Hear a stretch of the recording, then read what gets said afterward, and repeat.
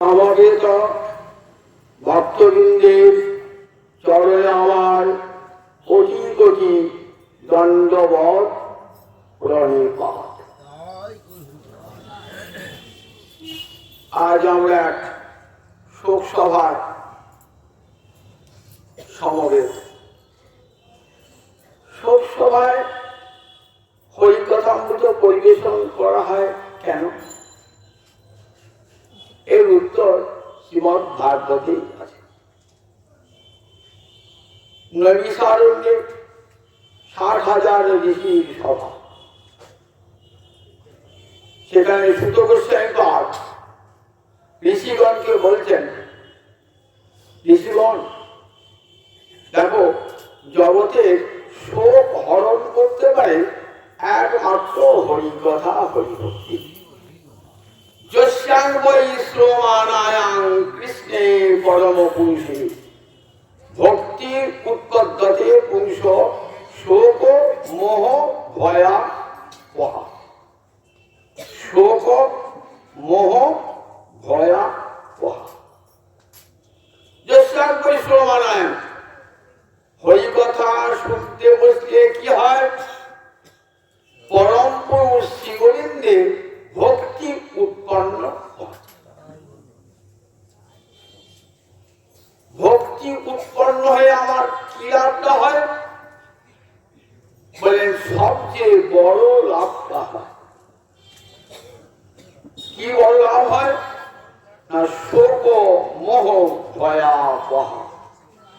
শোক মোহ এবং ভয় চিরকালের জন্য দূরীভূত হয়ে যায়।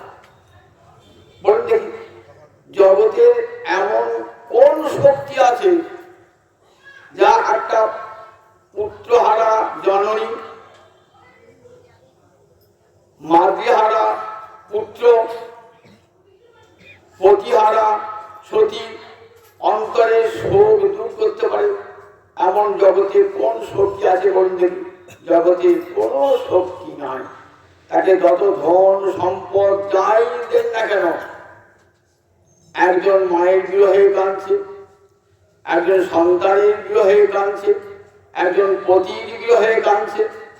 তাকে যদি বলেন এত অর্থ দেবো, ধন দেবো, সম্পদ দেবো, তার শোক দূর হবে? কোন প্রকারই তার শোক দূর হবে না। তাই এই জগতে শোক দুঃখ দূর করার অন্য কোনো শক্তি নাই। একটাই শক্তি, হরি ভক্তি। শোক মোহ ভয়াবহ। ভাগবতীর বচন তো। যস্যাং বৈ শ্রমানায়াং কৃষ্ণে পরম পুরুষে। হরিকথা শুনতে শুনতে শুনতে বলে তার শোক দূর হয়েছিল। কেন মহারাজ পরীক্ষিতের শোক দূর হয় না? যার নিজের জীবনের মৃত্যু ঘনিয়ে এসেছে, 7 দিন বাদে যার মৃত্যু হবে, তার শোকটা কম? মরে গেল তারপর শোক হলো, আর আমি মরবো এই শোকটা মুখে নিয়ে যখন থাকি, বুঝুন একবার। মহারাজ পরীক্ষিত 7 দিন হরিকথা শোনার পর আর অন্তরে সংসার ছাড়ার বেদনা ছিল? কোনো বেদনা ছিল না। মহারাজ জন্মে যায়, পিতার পরীক্ষিতের মৃত্যু হয়েছে, শোকে কাতর। ব্যাসদেব পাঠালেন, যাও বৈশম্পায়ন, তুমি যে জন্মেজয়ের অন্তরে যে ক্ষত দূর করে দিয়েছো। 1 মাস ব্যাপী মহাভারত পাঠ করলেন, অন্তরের শোক দূর হয়ে গেল। বাল্মীকির অন্তরের শোক, এক ক্রৌঞ্চি আকাশ উড়ে বেড়াচ্ছে, ক্রৌঞ্চটাকে একটা ব্যাগ তীরবিদ্ধ করেছে, ক্রৌঞ্চটা মাটিতে পড়ে মৃত্যুবরণ করেছে। ক্রৌঞ্চি শোকেতে আকাশ বাতাস মুখরিত। বাল্মীকির অন্তরটা কেঁদে উঠল। কি দোষ করেছিল ওই ক্রৌঞ্চ, ওই চক্রবাক? তুমি তাকে হত্যা করলে, শোকে অন্তরটা কেঁদে। শোক নিরাকরণের জন্য রামচরিত রচনা করলেন রামায়ণের কথা।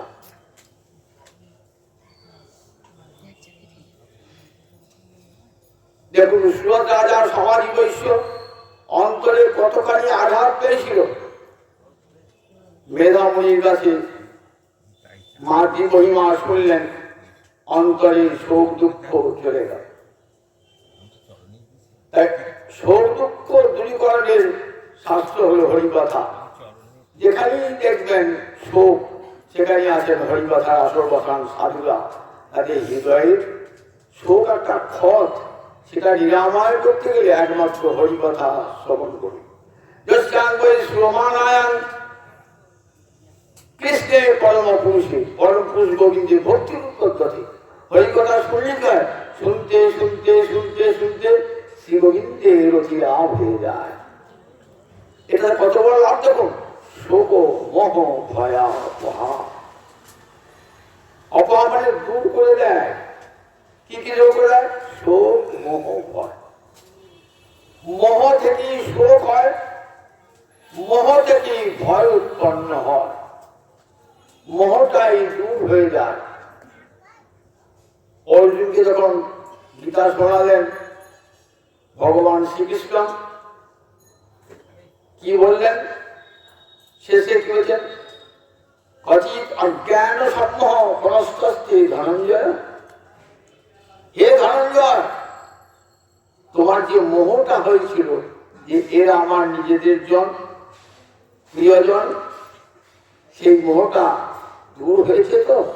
কচিত অজ্ঞান সম্মোহ প্রস্তস্তে ধনঞ্জয়। আসল জায়গায় বলছেন, ওহে ধনঞ্জয়, তোমার অন্তরের অজ্ঞান জাত যে মোহটা হয়েছিল, সেই মোহটা দূর হয়েছে তো?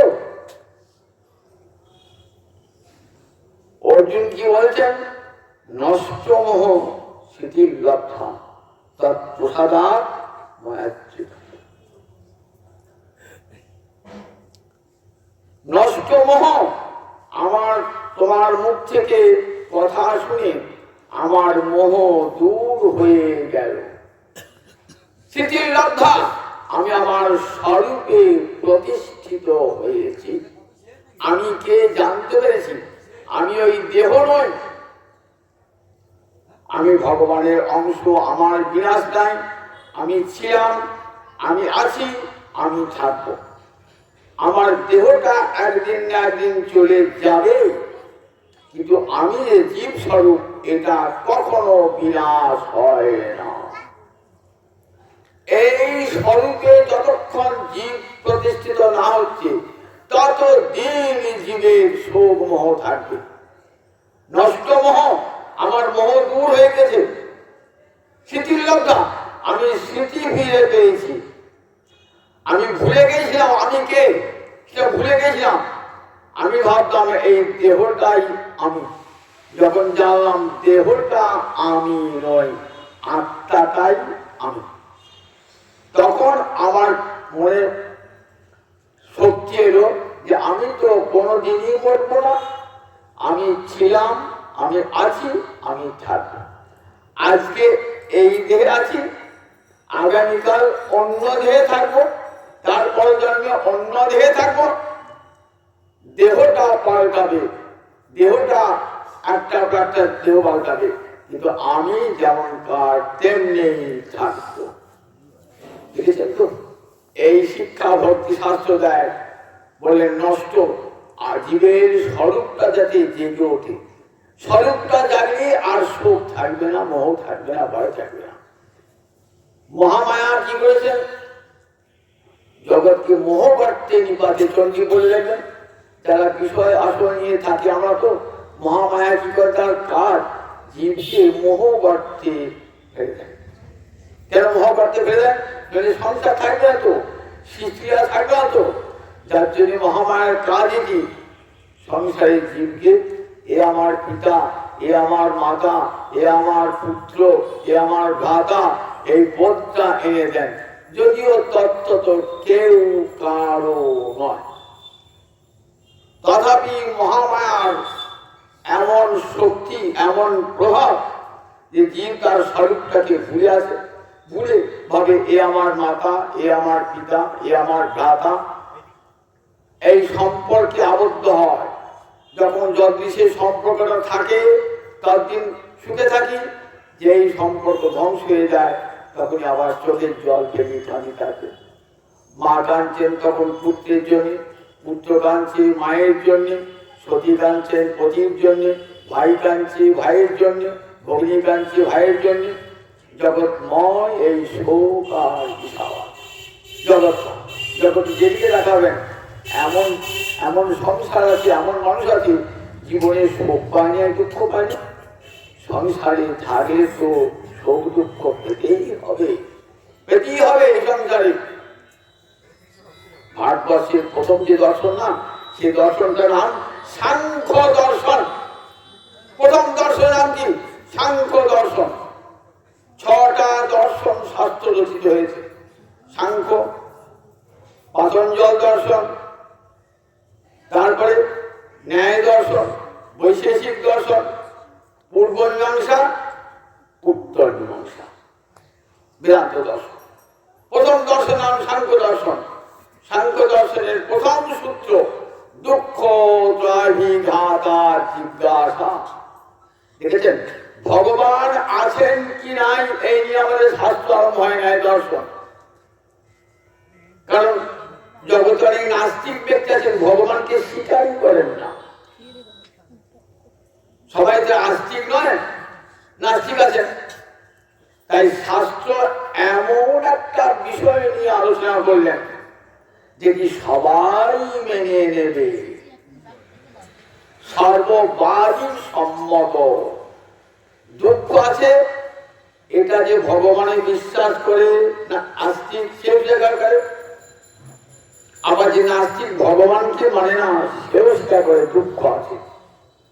দুঃখ আছে এটা সবাই স্বীকার করে, ধনী নির্ধন, রাজা প্রজা, বালক পুরুষ, নর নারী, ব্রহ্মচারী, গৃহস্থী, মানবপুরুষী, সন্ন্যাসী, জগতের সবাই স্বীকার করে। হিন্দু, মুসলমান, জৈন, খ্রিস্টান, জগতের সবাই স্বীকার করে যে দুঃখ আছে। সেই দুঃখটা 3টে ভাগ: দুঃখ ত্রাহিঘাতা জিজ্ঞাসা। 3টে ভাগ কি কি? একটা দুঃখের নাম আধ্যাত্মিক দুঃখ, একটা দুঃখের নাম আধি ভৌতিক দুঃখ, আর একটা দুঃখের নাম আধি দৈবিক দুঃখ।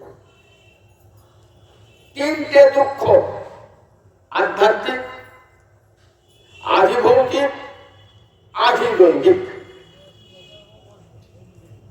আধ্যাত্মিক দুঃখটা কি না, দেহ আর মনের যে দুঃখ তাকে বলে আধ্যাত্মিক দুঃখ। আমাকে যদি কেউ বলে তুমি মারণ রোগে আক্রান্ত হয়েছে, তোমার ভয়ঙ্কর, বেশি দিন বাঁচবে না, তখন দেহটার কথা শুনে আমার ভাবে আমি বোঝাবো, আমার অন্তর শোক দুঃখ রাখবে। আবার আমার কেউ মনে আঘাত দিল বা আমার কোন নিজের জন চলে গেল, তখন মনে শোক পেলাম, এটার নাম আধ্যাত্মিক দুঃখ। খুব প্রিয়জন আমার চলে গেল, আমার কাছ থেকে চলে গেল, তার সঙ্গে চির বিচ্ছেদ, আর তাকে কোনোদিনই ফিরে পাবো না, তখন একটা মনে পীড়া হয়, তার নাম আধ্যাত্মিক দুঃখ। দেবতা থেকে যে দুঃখ পাওয়া যায়, ঝড় ঝঞ্ঝা, ভূমিকম্প, প্লাবন, তাকে কি বলে? তাকে বলে আধি দৈবিক দেবতা হতে পারে। আদি ভৌতিক, ভূত হতে, জীব হতে, মানুষ হতে, হিংস্র প্রাণী হতে যে দুঃখগুলো আমরা পেয়ে থাকি তাকে বলে আধি ভৌতিক দুঃখ। এই 3টে দুঃখ সমস্ত জীবকে পেতে হয়। তখন ঋষি জিজ্ঞাসা হয় যে তাহলে এই দুঃখকে দূর করার পথ নাই?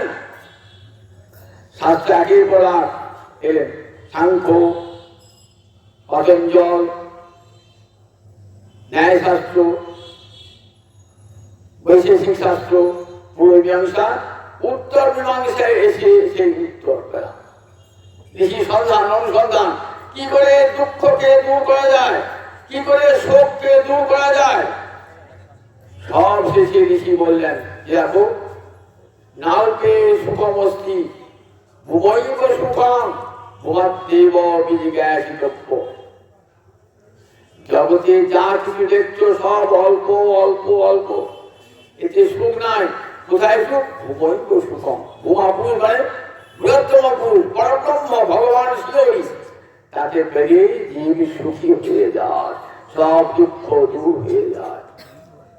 তাই জগতে একটাই জানবার, ভূমাত্মেব বিজিজ্ঞাসিতব্য। ভূমা তু এব সন্ধিবদ্ধ পথে ভূমাত্মেব বিজিজ্ঞাসিতব্য। ভগবানকেই জানতে হবে। মানব জীবনটা ভগবানকে জানার জন্যে, ভগবানকে জানার জন্যে, সুখ দুঃখ করবার জন্য নয়। মানব জীবনটাই ভগবানকে জানার জন্য। লব্ধ্বা সুদুর্লভমিদং বহু সম্ভবান্তে মানুষ্যম অর্থদম অনিত্যম অপিহ ধীর তুর্ণমিততেত নপতেত অনুমৃত্যুযাবৎ নিঃশেষায় বিষয় হলু সর্বতস্যাৎ।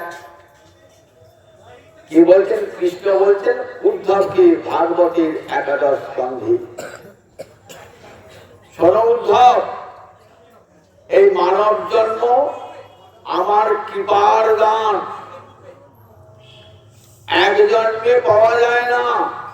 84 লক্ষ জনই ঘুরতে ঘুরতে ঘুরতে এই সুদুর্লভ মানব জন্ম লাভ করেছি।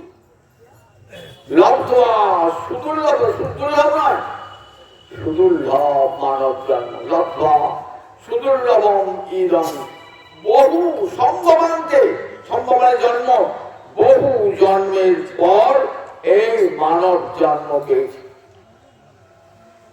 সামান্য কৃমিকীট থেকে আরম্ভ করে 84 লক্ষ জনই ভ্রমণ করে এই সুদুর্লভ মানব জন্ম লব্ধ্বা। কে বলছেন? কৃষ্ণ বলছেন উদ্ধবকে ভাগবতের 11 স্কন্ধে, যেখানে কৃষ্ণ উদ্ধব সংবাদ আছে। উদ্ধব তো জ্ঞানী, উদ্ধব তো সবই জানেন। তাদের উদ্ধবকে উদ্দেশ্য করে বিশ্ব জীবকে শিক্ষা দান করছেন। লব্ধ্বা সুদুর্লভম ইদম বহু সম্ভবান।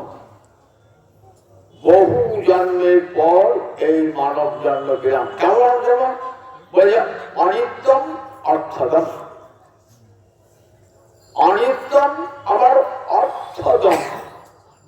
এই দেহটা বেশি দিন থাকে না। অনিত্য, অনিত্য মানে যা নিত্য না, তাকে বলে অনিত্য। আজ আছে কাল দেহটা থাকবে না, অনিত্য। কার যে কখন মৃত্যু হবে কেউ বলতে পারে না। এই দেহটার 6টা ভাব বিকার আছে। আচার্য শাস্ত্র বলছেন জায়তে অস্তি বর্ধতে বিপরিণামতে অপক্ষীয়তে বিনশ্যতি। ভালো শুন, এই 6টা বিকার এই দেহে রয়েছে। শুধু এই দেহটা না, যে কোনো পাঞ্চভৌতিক বস্তু, পাঞ্চ বলে পঞ্চভূতে গড়া। পঞ্চভূতি কি? ক্ষিতি, অপ, দেশ, মরু, এই 5টা কি বলে? পঞ্চভূত। জগতে যা কিছু দেখবেন এই পঞ্চভূতে গড়া। বাইরে মাটি আমার দেহে আছে, ক্ষিতি। জল আমার জল আমার দেহে আছে, তেজ অগ্নি আমার দেহে আছে, মরু আকাশ বায়ু আমার দেহে আছে, বায়ু কিন্তু মরু বোম আকাশ আমার দেহে আছে।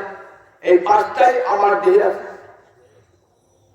প্রকৃতি আমার মা, মায়ের রসরক্ত দিয়ে যেমন সন্তানের দেহটা গড়া, তেমনি প্রকৃতি মাতা ভগবান পিতা।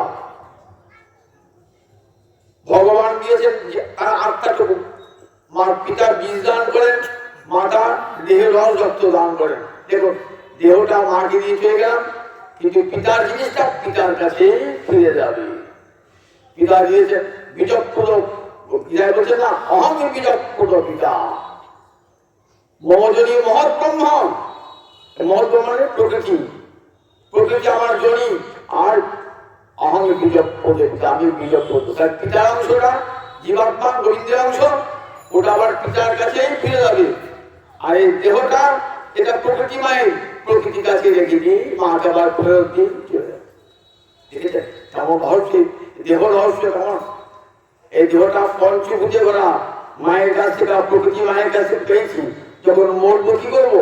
এই পঞ্চভূত মাকে দিয়ে, মা তোমার কাছ থেকে পেয়েছিলাম, আবার তোমাকেই দিয়ে গেলাম। আর যদি জীবাত্মা ওটি পিতা, ওটা কোথায় চলে গেল? ওই বিশ্ব পিতা গোবিন্দের কাছেই ওটা চলে যাবে, চলে যাবে। তাহলে মাঝখানে কিছুদিন রয়েছে কেন? কারণ কর্মফল ভোগ করবার জন্যে। মানব দেহটা কি জন্যে? কর্মফল ভোগের জন্যে মানব দেহটা। অন্যান্য দেহে শুধু কর্মফল ভোগ হয়, কিন্তু মানব দেহতে শুধু কর্মফল ভোগ হয় না, নূতন কর্ম হয়, আবার কর্মফলটাকে ধ্বংস করা যায়। কিন্তু পশু পাখি কীট পতঙ্গ এই যে দেহটা, এই দেহটা দিয়ে কর্মফল ধ্বংস করা যায় না, এরা কেবলমাত্র কর্মফল ভোগ করে। একটা কুকুর, একটা বিড়াল দেখবেন ওদের কোনো কর্ম করে কর্মফলকে ধ্বংস করবার শক্তিতে নাই, ওই কর্মফলটা ভুগেই যায়, ওরা কর্মফলটা ভুগেই যায়। এমনি করতে করতে কর্মফল ভুগতে ভুগতে ভুগতে বহু জন্মের ফলে মানব দেহটা, গোবিন্দ বলেন দেখো এইবার তোমাকে দরজা খুলে দিলাম, দরজা খুলে দিলাম। সুখদেব বলছে দেখো মৎস্যদ্বার অবাভূত মুক্তির দ্বার খুলে দিলাম মানুষ। এইবার এই দেহটা দিলাম, এই দেহটা দিয়ে বিষয় ভোগ যেমন হবে, আবার গোবিন্দ সেবাও হবে এই দেহটা দিয়ে। তুমি ঠিক করে নাও কোনটা করবে, বিষয় সেবা করবে না গোবিন্দ সেবা করবে, ঠিক করে নাও। যদি বিষয় সেবাই তোমার মুখ্য হয়, তাহলে মানব দেহের কোনো প্রয়োজন নাই, মানব দেহের কোনো প্রয়োজন নাই। কেন প্রয়োজন নাই? বিষয় হলো সর্বতঃ, বিষয় তো সব দেহেতেই আছে, নাই? একটা নর্দমার কৃমি, সেও বিষয় ভোগ করছে, একটা গাছের পাখি, সেও বিষয় ভোগ করছে, একটা কুকুর, পথের কুকুর, বিড়াল, সেও বিষয় ভোগ করছে। বিষয় হলো সর্বতঃ। খুব ভালো করে রাখবেন, মানব দেহটা দুটোই হবে, বিষয় সেবা হবে, গোবিন্দ সেবা হবে। এবার কি কোনটা করবে ঠিক করে নাও। যদি শুধু বিষয় সেবাই করবো, বলে যদি বিষয় সেবা করো, আর গোবিন্দ তোমাকে মানব দেহ দেবেন না, আর মানব দেহ দেবেন না। কেন দেবে না? একবার তো দিয়েছিলাম, দিয়ে দেখলাম তুমি বিষয় ভোগ করতে চাও, তাহলে মানব দেহের কোনো প্রয়োজন নয়।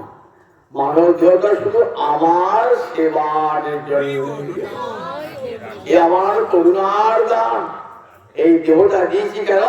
মুক্তির দরজা খুলে দিলাম। এটা তো রাস্তার ধারে কত পশু পাখি, কুকুর বিড়াল রয়েছে, তাদের সব ইন্দ্রিয় রয়েছে, কিন্তু মনটি নাই, তাই ভগবানের সেবা তারা করতে পারে না। মানে কুকুর বিড়াল, আমি গোবিন্দ বহু দর্শন করি, গোবিন্দ দর্শন করছি, কুকুরটার চোখ আছে যাচ্ছে না। আমি জীব বাড়ি হরিনাম করছেন, কুকুরটার জীব আছে হরিনাম করতে পারছে না, দেখেছেন তো? কারণ তার মনটি নাই, সে হরি কি বোঝে না, মনটি নাই, সে শুধু কত কষ্ট করে ভোগ করতে পারবি, রাস্তার ধারে শীতে কাঁপছে, জল বৃষ্টিতে ভিজছে, একদিকে সে ফল ভোগ করছে। কত কর্ম ফলটা ছিল না, কিরকম কষ্ট, জীবনে কোনো নিরাপত্তা নাই, রাত্রে আপনি ঘুমোতে তার উপায় নাই, কুকুর বিড়াল রাস্তার ধারে পড়েছে, দেখে যাবো এটা কর্মফল ভোগার জন্য। বলে তুমি কি ওই বিষয় ভোগ করতে দাও, তাহলে কুকুর বিড়াল হতে কোনো আপত্তি নাই, কুকুরের বিষয়, ওরা বিষয় ভোগ করে, বিষয় হলো সর্বতঃ। তাহলে এই দেহটা কি জন্য বলেন? অনিত্যম অর্থদম। এই দেহটা আজ আছে কাল থাকবে না ঠিকই, কিন্তু অর্থদম পরমার্থ দান করতে পারে। তুমি যদি 20 বছর আছো, 25 বছর, তার মধ্যে কিন্তু অনেক অর্থদম, অনেক কাজ তুমি করতে পারবে। জীবন মূল্য আয়ুতে নহে, কল্যাণ কৃতকর্মে। একটা মানুষ 100 বছর বাঁচলো, একটা মানুষের উপকার করে নেয়, ও বেঁচে কি লাভ? ও বেঁচে থেকে কি লাভ? 100 বছর বাঁচলো, নিজের খাওয়া দাওয়া ভোগ ভালো করে করেছে, ঠিক আছে? আমি কতদিন বেঁচে আছি, কেমন ভালো মন্দ খেয়ে, বলে তুমি কি করেছো? মানুষের কোন কাজে গেছো? একবারে হরি বলেছো, একবারে গোবিন্দ বলেছো, তোমার ও জীবনের কোন মূল্য না। আর একজন 25 বছর বাঁচলো, এই 25 বছর সারাটা জীবন হরিনাম করে কাটিয়েছে জীবনটা। দুটো জীবনের মধ্যে কোন জীবনটা মূল্যবান? ওই অল্পায়ু হয়েছে, কিন্তু অল্প সময়ের মধ্যে ভগবানকে ভজন করেছে, সেই জীবনটাই মূল্যবান জন্ম। তাই বললে বহু সম্ভবান্তে মানুষম অর্থদম অনিত্যম অপিহধীয়।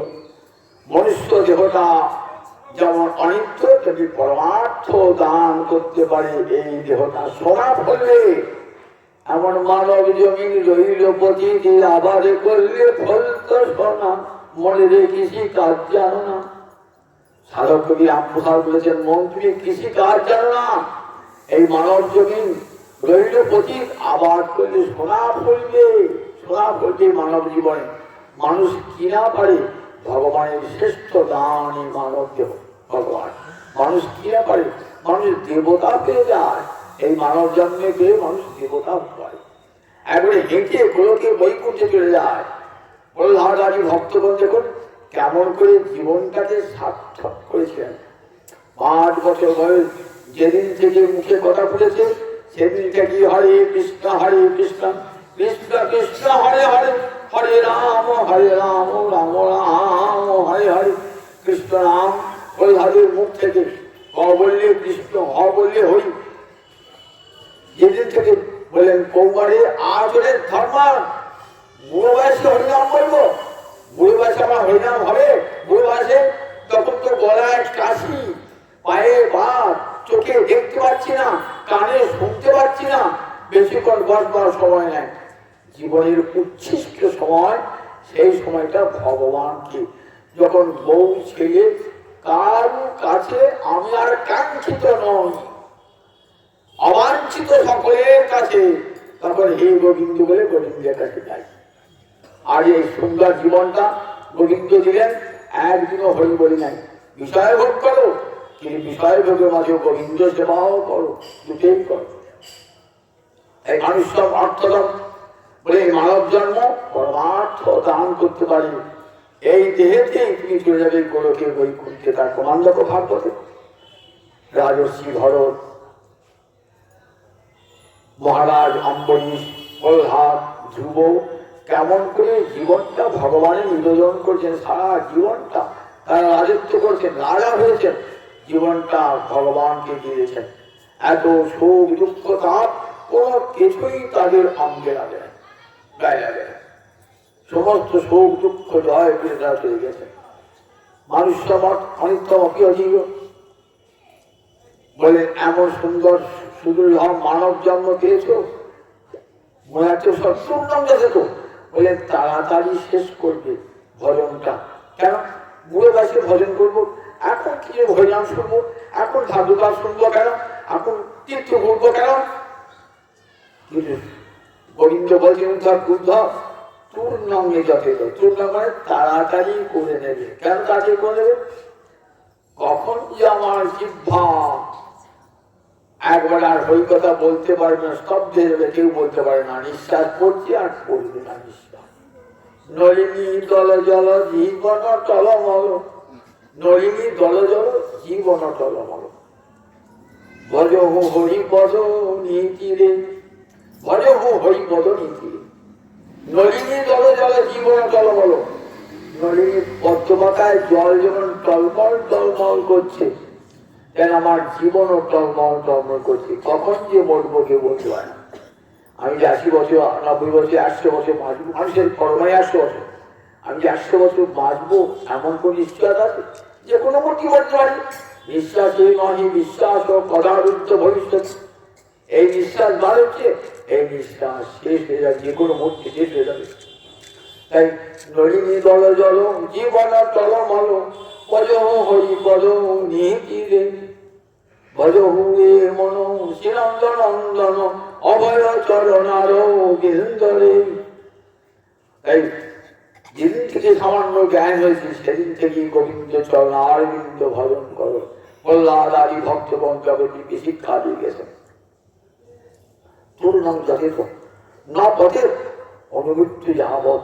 পিছনে আসবে মৃত্যু, পিছনে আসছে তোমার, সব জানবে। যখন তুমি বিদ্যা অর্জন করবে, অর্থ উপার্জন করবে, তখন কি ভাববে? আমি অজর অমর, আমি জনাগ্রস্ত হব না, আমি বেঁচে থাকবো। আর যখন ধর্ম চিন্তা করবে তখন কি ভাববে? গৃহীত ইবকে শেষু মৃত্যুনা ধর্মম আচরে। আমার পিছনে পিছনে জম ছুটে আসছে, আমার চুলের মুঠি ধরে জম টানছে। এটি সব সময় ভাববে যে জম গৃহীত ইবকে শেষু মৃত্যুনা ধর্মম আচরে। যে কোনো মুহূর্তে মৃত্যু এসে আমাদের নিয়ে যাবে। একটা ইঁদুর, সে আমরা ঘরে চালের বস্তা লাট করে আছে, সে খাচ্ছে তো খুব পরমানন্দে খাচ্ছে। রাত্রিবেলা সবাই শুয়ে পড়ে, রাত্রিবেলা কেউ থাকে না ঘরে, সে বস্তা ফুটো করে চাল খাচ্ছে খুব মনের আনন্দে। ভাবছে আজকে যে খেলাম, কালকে ওই বস্তার চালটা খেয়ে দেবো, কেমন হয়? পিছনে যে বিড়াল আছে দেখে না, বিড়াল খপ করে খেয়ে নিল, আর পরের দিন চাল খাওয়া আর হলো না। আমরা ভাবছি বাড়ি করবো, ঘর করবো, ছেলের বিয়ে দেবো, কত কি মানে পরিকল্পনা। পিছনে যে বিড়াল আসছে তিনি এখনই খপ করে আমাকে তুলে খেয়ে নেবে, এটা একবারও চিন্তা করি না, একবারও চিন্তা করি না। সবচেয়ে ভাবতে হবে ধর্মাচরণ এসেছে, যে কোনো মুহূর্তে তোর আমি যাতে, যে কোনো মুহূর্তেই আমি চলে যাবো। নবদের অনুমৃত্যু যাবো বলেন, মৃত্যু তো অনুমৃত্যু, আমার মৃত্যু পিছনে পিছনে আসে। এটি সব সময় ভাবতে হবে।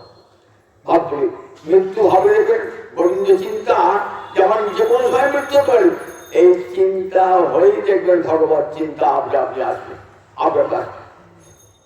মৃত্যু যতক্ষণ মৃত্যু চিন্তা আসে না, ততক্ষণ ভগবানের চিন্তা আসে না। যে মৃত্যু চিন্তা হয়ে যায় না, তখন দেখবেন ভগবত চিন্তা আসে। বাঁচাও, কে বাঁচাবো আমাকে? ভগবান গোবিন্দ বাঁচা। তখন গোবিন্দ কথা, কৃষ্ণ কথা শুনতে ইচ্ছা। এই মৃত্যুর সবসময় রাখতে মৃত্যু ভাইটা, যে কোনো মুহূর্তে আমার প্রাণ চলে যেতে পারি। যদি প্রাণ চলে যায়, তাতে আমার হরি কথা বলা হলো না, হরিনাম শোনা হলো না, তাই তোর নামে যথেষ্ট খুব তাড়াতাড়ি ভজন কাজ সেরে নিতে হবে। যদি আর ভজন সারা না হয়, জীবন চলে যায়, জিহ্বা স্তব্ধ হয়ে যায়, আর হরিনাম করতে না পারে। এমন সুন্দর মানব জন্ম দিলেন, মোক্ষ দ্বার অপাবৃত বলে মুক্তির দ্বার খুলে দিলাম। এইবার তুমি বিষয় সেবাও করতে পারো, আবার ভগবানের সেবা করতে পারো, এটা তোমার ইচ্ছা। যেমন অর্জুনকে কৃষ্ণ লিখে দেখো, একটা বিষয়ের পথ আছে আর একটা আমার কাছে যাবার পথ আছে, দুটো পথ আছে। যদি বিষয় চিন্তা করো কি হবে, ধ্যায়তো বিষম স্পুংস সংগস্থে শুভ জায়তে সংজ্ঞা সঞ্জায়তে কাম কামাৎ ক্রোধ বিজায়তে উধার ভবতি সম্মোহ সম্মোহ স্মৃতি বিভ্রম স্মৃতি ভংসাৎ বুদ্ধি নাশ বুদ্ধি নাশাৎ পুনশ্চ। টাকা টাকা চিন্তা করেন না, কি হবে? এটা রেখে দিলেন, গীতাতে জননী সন্তানকে রেখে দিচ্ছে এক এক দুটো পথ, একটা নরকে যাওয়ার পথ আর একটা গোবিন্দের যাওয়ার পথ। দেখ, যদি বিষয় চিন্তা করিস কোথায় যাবি দেখ একবার। দিন না যদি বিষয়ে চিন্তা করিস, ধ্যায়ত বিষয় স্পর্শ, আসক্তি জন্মাবে। যত বিষয়ের কথা চিন্তা করবেন না, বিষয়টা নেশা আছে, আপনাকে আমার আসক্তি টেনে ফেলে যাবে। সংজ্ঞা সঞ্জয়তে কাম, আর আসক্তি থেকে কামনা উৎপন্ন হবে। কামনার পথে যে বাধা সৃষ্টি করবে, তার প্রতি ক্রোধ আসবে, ক্রোধের ফলে মোহ, সম্যক মোহ আসবে, ভালো মন্দ বিচার করবার ক্ষমতা থাকবে না। তারপরে স্মৃতি ধ্বংস হবে। আমি যে বড় বাড়ির ছেলে, লেখাপড়া জানা, এসব বোধ আসবে না, স্মৃতি ধ্বংস, বুদ্ধি নাশ হয়ে যাবে। আমি একটা দেখো সামান্য একটা সম্পত্তির জন্য, অর্থের জন্য পুরোপুরি হানাহানি করতে চলেছি। আমি ভাবছি আমার শত্রুটাকে বিনাশ করে আমার শুধু সম্পত্তি ভাই ভাগ পাবো। এইবার এখন মানুষকে হত্যা করলে, হত্যা করার ফল কি? ইহ জন্মে কারাগারে দুঃখ ভোগ, আবার পরজন্মে অনন্ত নরক ভোগ। কিভাবে বিষয়ের ফল, বিষয়ে যে কেমন কুফল, গীতা দেখিয়ে দিলেন বিষয়ের কত কুফল। আর যদি আমার কথা চিন্তা করো, জন্ম কর্ম চমে জীবন এবং যোগেতি তত্ত্ব তত্ত্ব এবং পুনর্জন্ম নৈতি মামে কিশোর। আর আমার জন্মের কথা, কর্মের কথা যদি বসে বসে শোনো, চিন্তা করো, তাহলে কি হবে? এই দেহটা পরীক্ষা করে কোথায় আসবে? আর তোমাকে পৃথিবীতে যেতে হবে না, তত্ত্বাদেহ আর মাতৃগর্ভে আসতে হবে না। কোথায় আসবে? বলে মাম এটি আমার কাছে চলে আসবে। দেখেছে তো দুটো পথ দেখিয়ে দিয়েছেন, একটা গোবিন্দ ভজনের পথ আর একটা বিষয় সেবার পথ। তা মানব জন্ম বললেন দেখো, মাতা পিতৃ সহস্রাণী পুত্র দ্বার শতানিচ, মহাভারতের ব্যাসদেব প্রতিদিন বলছে মহাভারতে বলে মাতা পিতৃ সহস্রাণী পুত্র দ্বার শতানিচ জানতি যাচ্ছি চা পড়ি। বলে দেখো আমার কত আমি পৃথিবীতে কতবার এসেছি, যতবার এসেছি ততবার একটা করে মাতা পিতা হয়েছে, ততবার পত্নী হয়েছে, ততবার পুত্র হয়েছে। তাই মাতা পিতৃ সহস্রাণী, আমার হাজার হাজার মাতা হাজার হাজার পিতা হয়েছে, আমার হাজার হাজার পুত্র হাজার হাজার কন্যা। কেউ যাচ্ছে, কেউ পরে যাবে। বলেন যারা মূল ব্যক্তি তারাই এতে আবিষ্ট চিত্ত হয়, যারা বিদ্বান তারা জানেন এই সংসারটা ক্ষণবিধ্বংসী, আজ আছে কাল নাই। সুতরাং তারা কারো প্রতি আকর্ষণ অনুভব করেন না, জানেন মায়ার সংসারে কে কার পুত্র। বললেন কষ্টে কষ্টে পুত্র কাজে কান্তা কষ্টে পুত্র সংসার অতীব বিচিত্র। কে তোমার পত্নী, কে তোমার পুত্র, এই সংসার অতীব বিচিত্র। কিন্তু দেখো শাস্ত্রের এত কথা শুনো, আমাদের কিন্তু মনটা কিছুতেই আমরা আনতে পারি না।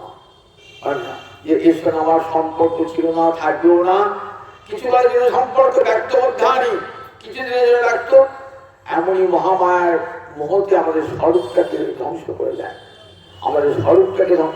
আমি যে আমার একমাত্র সম্পর্ক গোবিন্দের সঙ্গে, আর কারোর সঙ্গে আমার কোনো সম্পর্ক নাই। এই বোধটা কি একদিন আছে নাকি? আছে। সাধু গুরু সঙ্গ করতে করতে করতে করতে যখন জুড়ে আছে আমার সঙ্গে আর কারো সম্পর্ক নয়, একমাত্র ভগবানের সঙ্গে সম্পর্ক।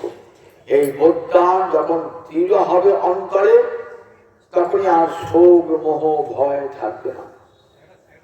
বুদ্ধদেব যখন ভগবান না অবতার, তখন বুদ্ধদেবের কাছে এক জননী এসেছেন, তার একমাত্র সন্তান মারা গিয়েছে।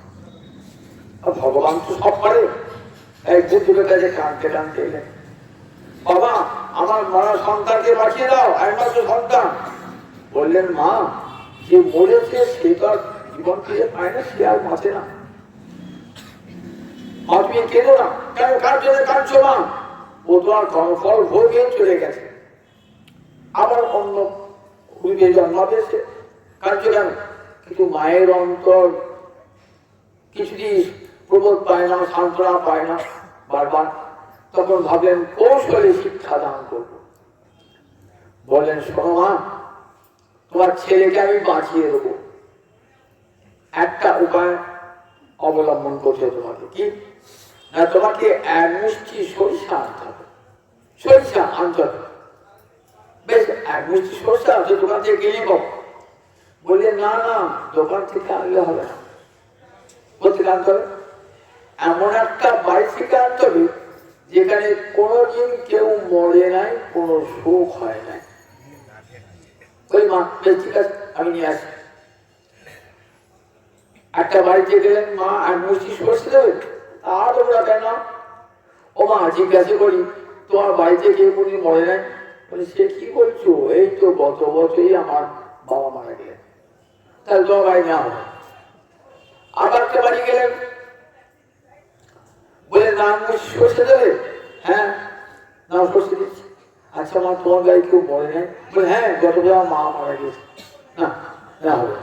আবার একটা বাড়ি গেলেন, সবাই বলে, কেউ বলে মা মারা গেছেন, কেউ বলে বাবা মারা গেছেন, দাদু মারা গেছেন, একটা ওই বাবা 10টা বাড়ি ঘুরলাম, 10টা বাড়ি থেকে শোক।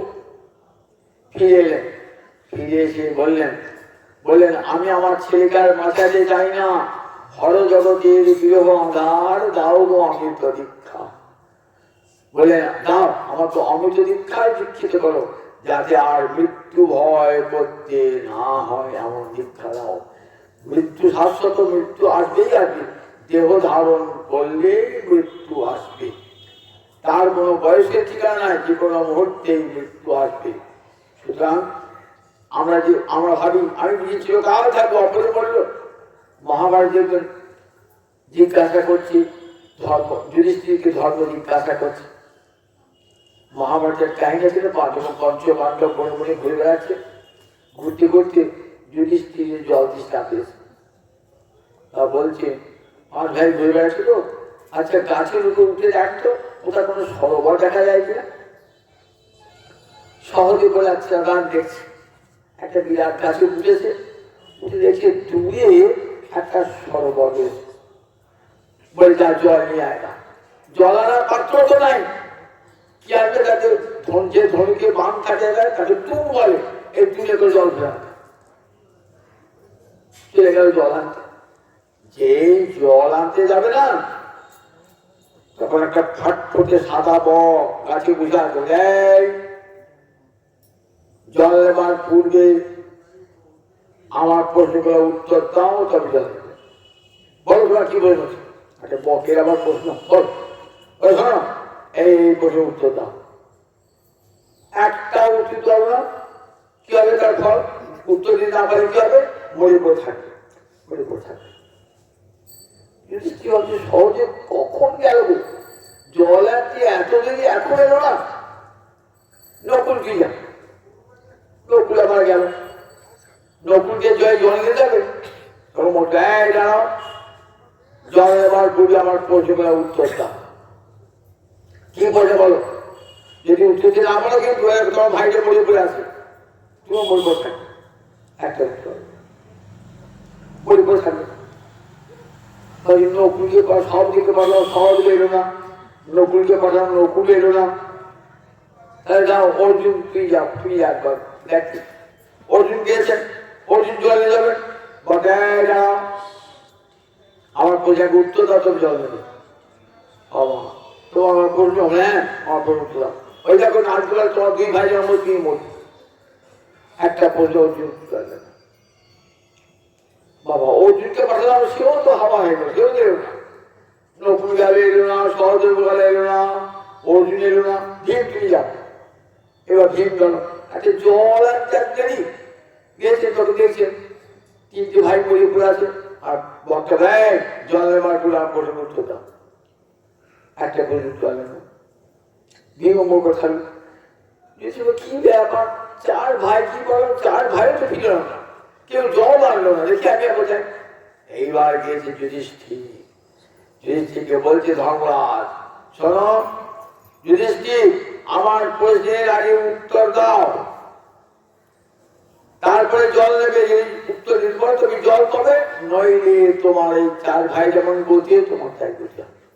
উত্তর দেওয়ার জল পাবে, 4 ভাইকে ধরতে হবে। তখন একটি করে অনেক প্রশ্ন করেছেন মহাভারতে, প্রায় 80-82টা প্রশ্ন করেছেন। একটা প্রশ্ন ছিল কি আশ্চর্য, আশ্চর্য কি, আশ্চর্য কি?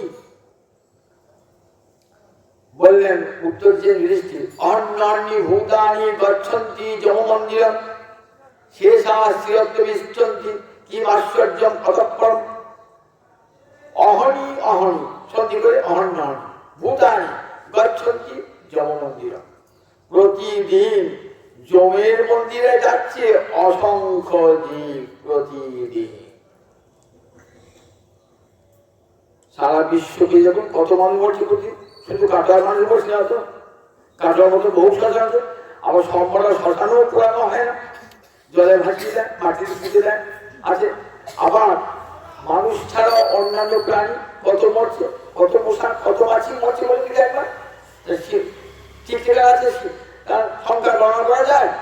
তাহলে অহন্যানি ভূতানি গচ্ছন্তি যম মন্দিরম, প্রতিদিন কত প্রাণী জমের মন্দিরে যাচ্ছে।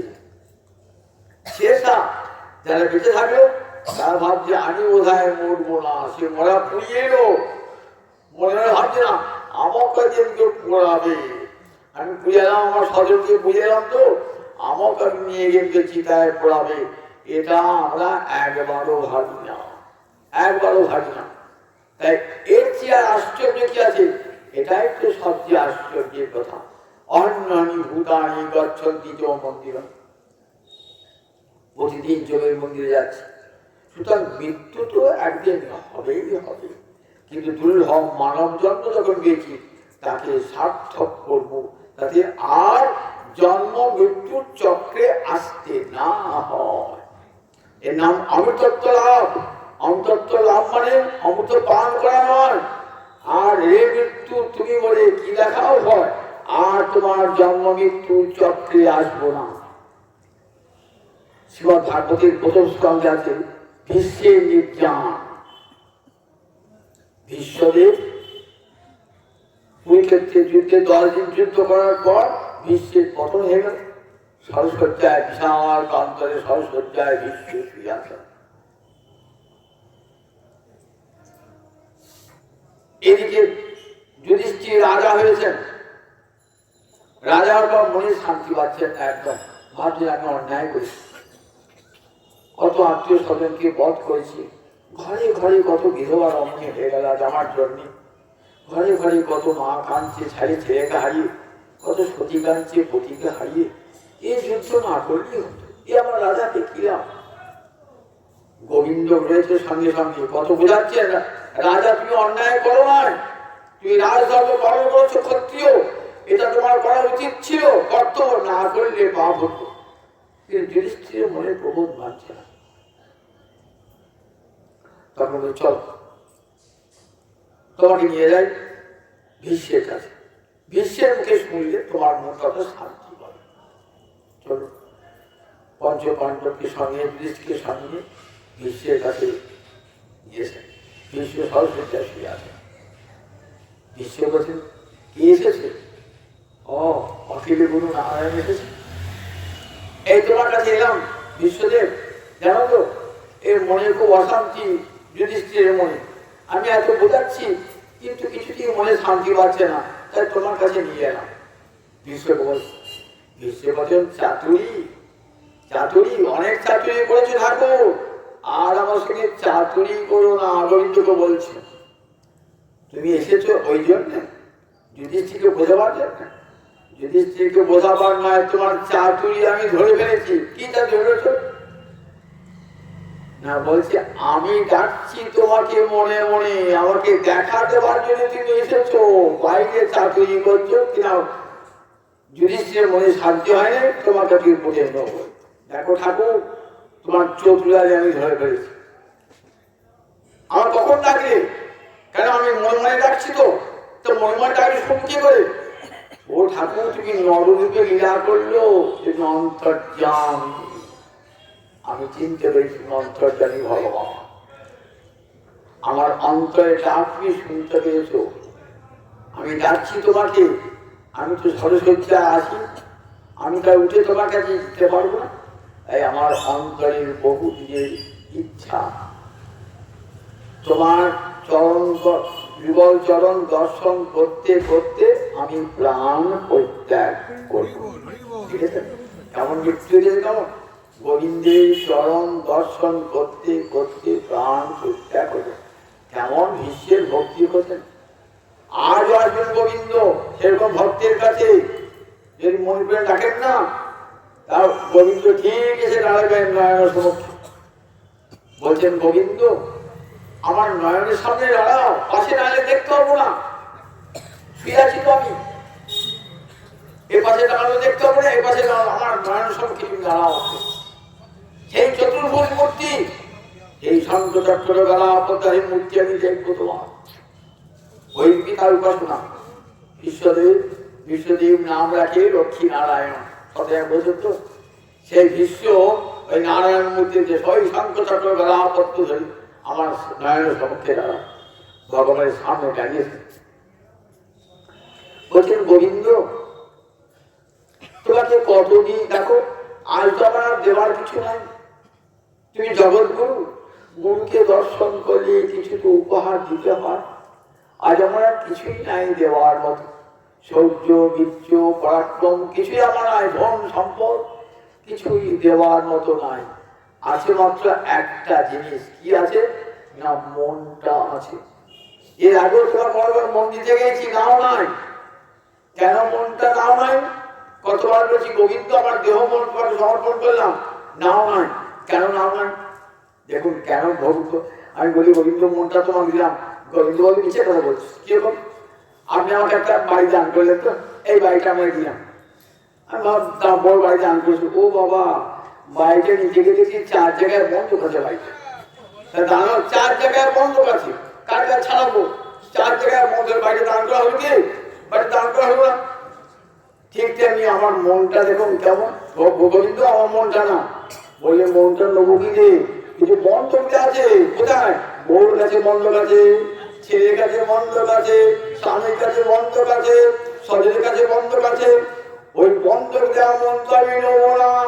যখন সব বন্ধক চলে যাবে তখন সেই মনটা আমি নেবো। বলি প্রভু নাও না জানি, কারণ মনটা চাকরি ব্যস্ত হতো, এবার মন থেকে তার বন্ধক নাই প্রভু। ইতি মতি উপকল্পিতা বিতৃষ্ণা, আজ আমার অন্তরে কোনো কামনা বাসনা কিছুই নাই, কারো প্রতি কোনো আকর্ষণ নাই। আজ আমি এই মনটা, কামনা বাসনা বিহীন মনটা গোবিন্দ তোমার চরণে, এই শ্রেষ্ঠ উপহার গোবিন্দ চরণে। মানব জন্ম যখন লাভ করেছেন, শ্রেষ্ঠ উপহার ভগবানকে মন দান। এমনি করি তাহলে আর জন্ম মৃত্যুর চক্রে জীবকে আসতে হবে না, যদি মনটা গোবিন্দের চরণে অর্পণ করে দেন। আমার এই মন ইতি ইতি ও উপকল্পিতা বিতৃষ্ণা, উপকল্পিতা বিতৃষ্ণা, বিতৃষ্ণা মানে তৃষ্ণা বিহীন, কামনা বিহীন যে মন, আমি সেই মন তোমার চরণে অর্পণ করলাম। তখন গোবিন্দ নেবেন। যখন বলি আমার কামনাবিহীন মন করিলাম, তখন গোবিন্দ নেবেন। এই মন, এই যে সুন্দর মানব জীবন গোবিন্দ দান করেছেন না, এই মানব জীবনে সংসারে সব কাজ করুন, মন যেন গোবিন্দ চরণে পড়ে থাকে। মৃত্যু তো একদিন আসবেই আসবে, এটা স্থির রাখুন। যে কোনো মুহূর্তে আমার মৃত্যু আসবে। আমার মৃত্যুকালেও আমার জিহ্বা যেন হরে কৃষ্ণ কৃষ্ণ কৃষ্ণ হরে হরে, হরে রাম রাম রাম হরে হরে, এই বলতে বলতে যেন আমার প্রাণ পরিত্যাগ হয়। তবেই তো জীবন সার্থক, মানব জন্ম তবেই সার্থক হয়। আর যার আর প্রাণ দিবস এসেছে আজকে, যার স্মরণ সভায় এসেছে আজকে, শোক সভায় এসেছি, সেই মাকে তো আমরা সবাই চিনতেন। আমি তো অনেক আগে থেকেই চিনতাম, যখন শাশুড়ির সঙ্গে গোবিন্দ মন্দিরে পাঠ শুনতে যেতেন তখন থেকে চিনতাম। তারপরে শাশুড়ি চলে যাওয়ার পরও প্রতিদিন প্রতি শনিবারে আমি দেখতাম এসেছেন, মা মারা এসেছেন হরিকথা শোনার, কত কান দিয়ে মন দিয়ে শুনতেন হরিকথা। হরিকথা শুনতে শুনতে মনটাকে একবারে গোবিন্দ চরণে অর্পণ করছে, একবার মন দেখতাম। এমন হরিকথা তো অনেকেই শোনে, এদিকে সেদিকে মনটি চলে যায়। দেখতাম এই আমার ভক্তিমতী মায়ের মন সবসময় গোবিন্দ চরণে থাকত। তাই দেখুন ভক্তি মহারানী রে দেহ সুন্দর হয়, মন সুন্দর হয়ে যায়। ভক্তি এমন করবে না, ভক্তি এগিয়ে দেখবেন দয়া মায়া মমতা প্রীতি ভালোবাসা সেগুলো সব মুখ চোখে ফুটে ওঠে। ভক্তি মহারানী এমনই মুখ ভক্তি। ভক্তি নিজে সুন্দরী তো, নিজে সুন্দরী, তার মনও সুন্দর। সেদিন ভক্তি মনে যার অন্তরে প্রবেশ করেন না, তার দেখবেন দেহ সুন্দর, মন সুন্দর, স্বভাব সুন্দর, সব কিছু সুন্দর হয়ে যায়। ভক্তি মহারানী তার নিজের মতো করে দেন। কেন? গোবিন্দ চরণে যাকে অর্পণ করবো সে যেন সুন্দর হয়। গোবিন্দ আমার সুন্দরতম তো, তিনি সুন্দর বসে গ্রহণ করবেন না। আর আজ সেই মাকে রেখেছেন গোবিন্দ চরণে, কৃষ্ণ চরণে রেখেছেন।